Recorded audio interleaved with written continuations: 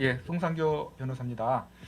저는 뭐 사실 이 자리에 그 변호사 개인으로 나왔다기보다는 이런 공익인권 소송들을 열심히 수행하시는 수많은 공익 변호사님들, 그리고 인권단체들, 시민사회 단체들, 이분들의 고충과 답답함을 대표해서 그 부분을 좀 대변하고, 이 자리를 기회로 향후 이 문제에 대해서 좀 더 많은 사람들이 좀 구체적으로 진지한 고민을 시작할 수 있는 계기가 됐으면 좋겠다라고 하는 나름의 간절한 마음을 가지고 나왔습니다. 그래서 약간 좀 전문적인 얘기일 수는 있겠습니다만, 한번 귀를 기울여서 한번 들어봐 주시면 이게 무슨 문제겠구나라고 하는 것들을 저는 공감하실 수 있을 거라고 생각을 합니다. 반드시 이 문제를 좀 풀었으면 좋겠다라는 결론을 먼저 말씀을 드리고 얘기를 시작해 보도록 하겠습니다. 자료집을 따라서 같이 좀 쭉 보시면 될 것 같습니다. 예, 염영국 변호사님과 같이 제가 PT를 준비했으면 좀 더 좋았겠지만, 여러분들 좀 더 자료집에 집중하시라는 의미에서 준비를 못했습니다. 네, 88쪽 이하를 보시면 될 것 같은데요. 한번 이제 그 몇 가지 사례를 들어놨습니다. 이 사례는 다 언론에 최근에 소개된 사례들이고, 메르스 사태 때 여기 내용을 보시면 알겠지만 이제 부모님이 돌아가신 그런 유족들이 국가가 제대로 방역 책임을 하지 않은 부분에 대해서 국가배상 소송을 진행했었는데 패소한 적이 있어요. 대부분의 사람들은 아이고 안타깝다라고 정도 생각하겠지만, 그 후에 언론이 말하지 않는, 사람들이 주목하지 않는 일이 벌어지잖아요. 국가가 승소했기 때문에 패소한 이 유족들에 대해서 우리가 소송 과정에서 변호사 선임도 해야 됐고 이러저런 비용들이 들었으니 그 소송 비용을 원고 쪽 패소한 당신들이 물어내시오라고 하는 소송을 한단 말이에요. 그게 이른바 소송 비용 확정 청구 소송이고, 이것도 재판이에요. 근데 이거는 사실 본안 소송이 끝난 뒤에 아주 조용히 이루어지기 때문에 사람들이 모르고 대부분 그 패소한 당사자만 눈물을 흘리면서 나중에 돈을 냅니다. 근데 그 액수가 적지 않아요. 대부분 다 3심, 대법원까지 가기 때문에 대법원까지 1, 2, 3심을 족족 패소한 이 당사자들이 추가로 소송 비용으로 내야 되는 돈은 웬만한 소송이면 다 1,000만 원이 넘어갑니다.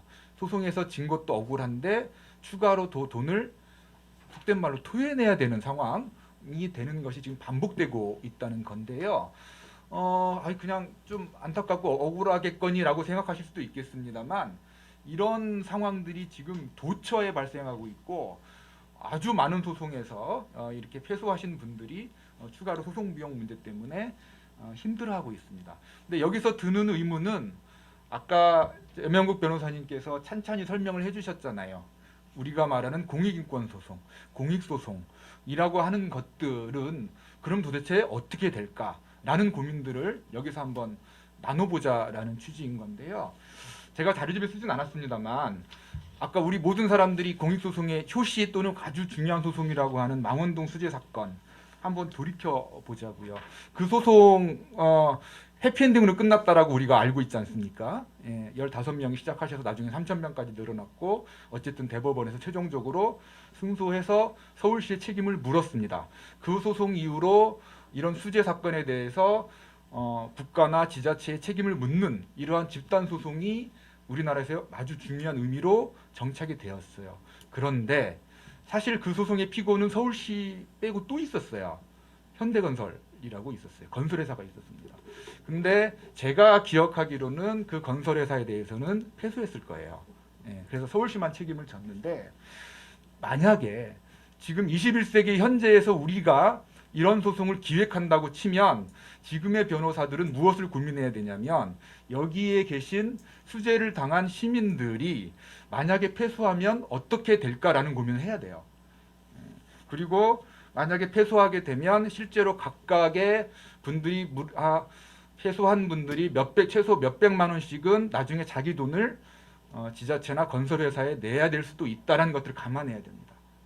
그 단계가 되면 사실은 변호사로서 또는 이것을 진행하는 공익인권 단체로서 그 소송을 감행하기가 쉽지가 않습니다. 예.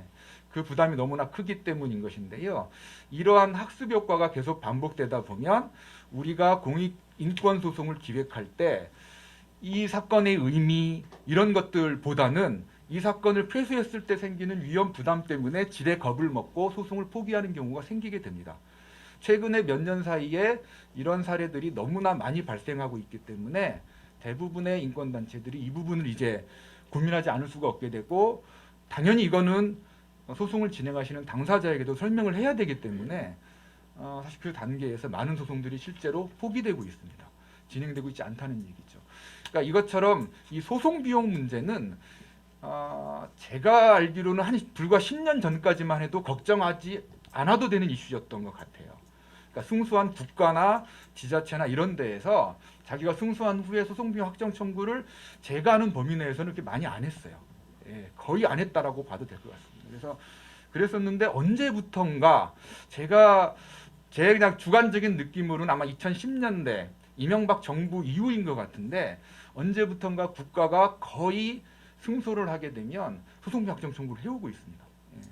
그러면 거기에 대해서 아까 말씀드린 그런 이후의 상황이 생기는 것인데, 이런 두 가지 상황이 겹치면서 이제 이 공익소송 문제에 있어서 이 소송 비용 문제가 예전처럼 아주 주변부 문제가 아니라 공익소송의 진행과 활성화를 가로막고 있는 가장 큰 걸림돌로 지금 부각되고 있는 상황이 도래했다는 거잖아요. 어떻게 보면 사실 매우 본질적이지 않은 문제임에도 불구하고 이게 지금 중요한 문제가 돼버린 이 상황은 좀 매우 안타까운 거고요. 그래서 이런 부분들에 대해서 아직까지는 판결을 하는 법원에 계신 판사님들도 진지하게 생각하고 있지 않고, 그 다음에 이것을 실제로 집행을 하고 있는 법무부, 검찰도 진지하게 고민하고 있지 않고, 그래서 거의 그냥 기계적으로 소송비용 확정 청구와 결정이 이루어지고 있어요.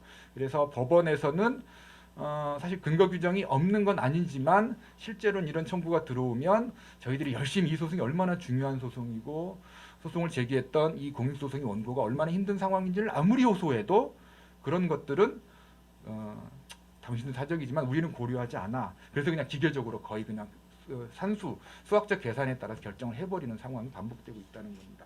제가 약간 생소하실 것 같아서 대략적인 상황을 먼저 말씀을 드린 거고요.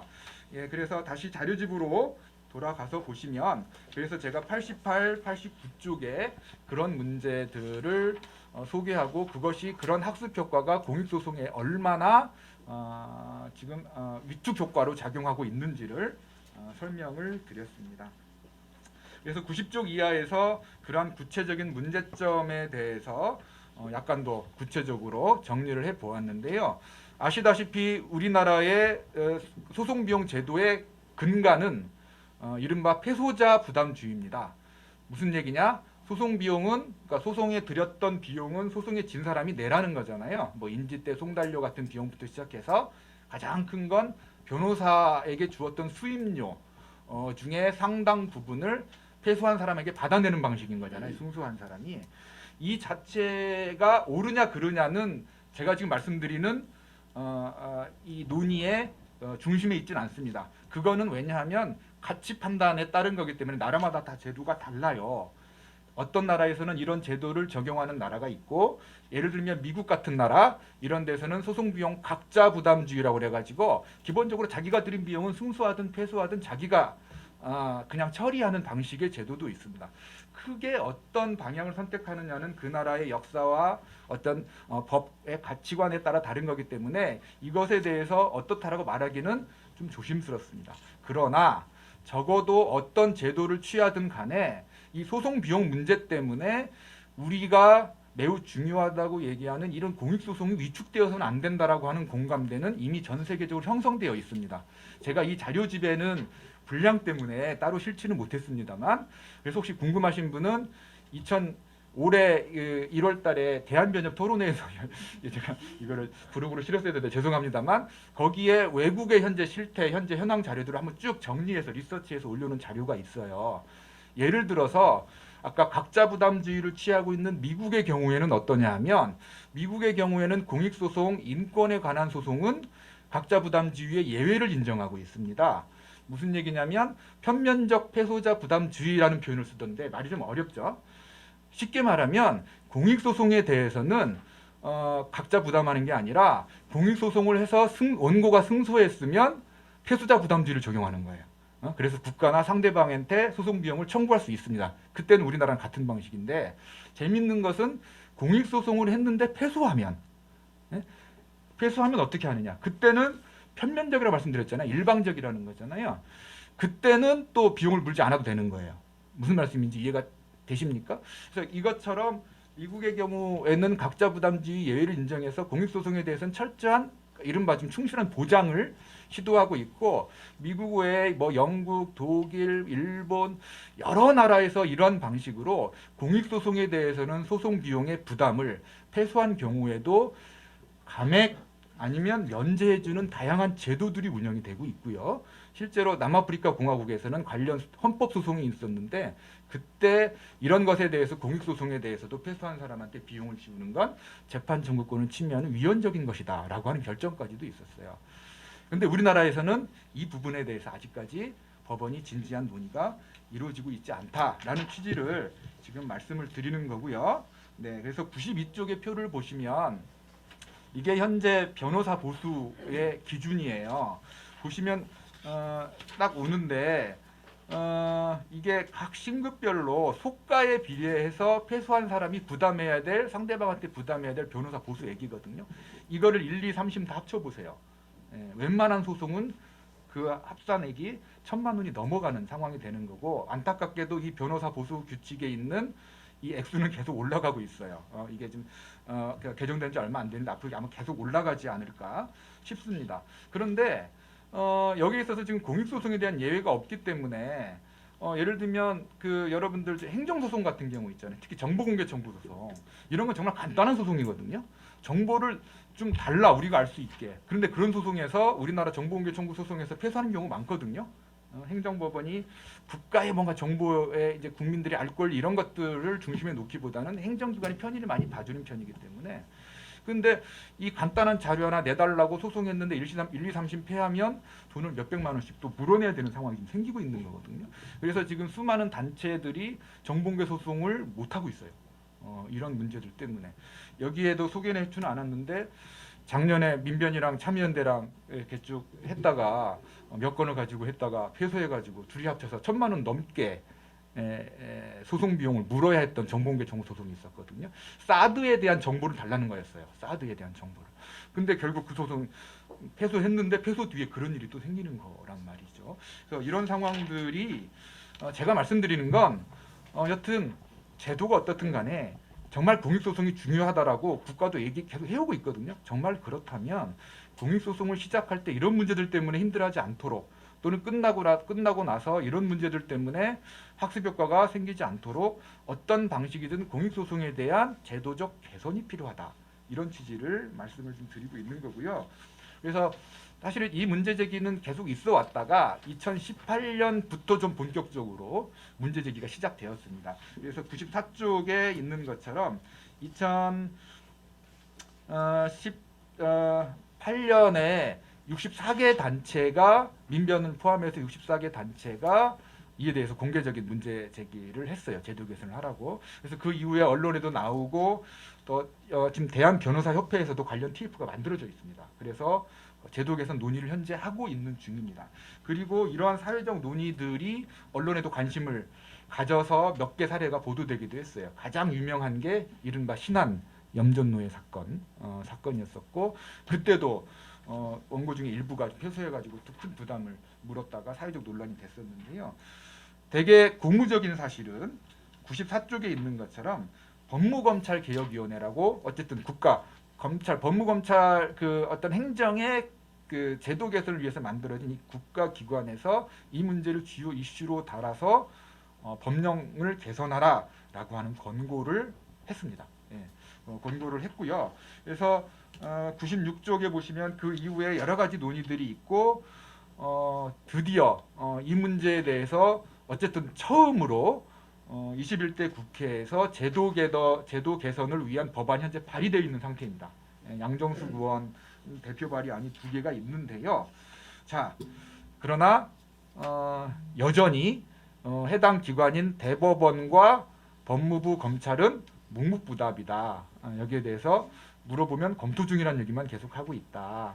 수많은 문제 제기를 했음에도 불구하고 그래서 여러 가지 방식으로 앞으로도 좀 더 논의가 필요하고 문제 제기가 필요하다는 취지에서 오늘 이거를 발표하게 된 거고요.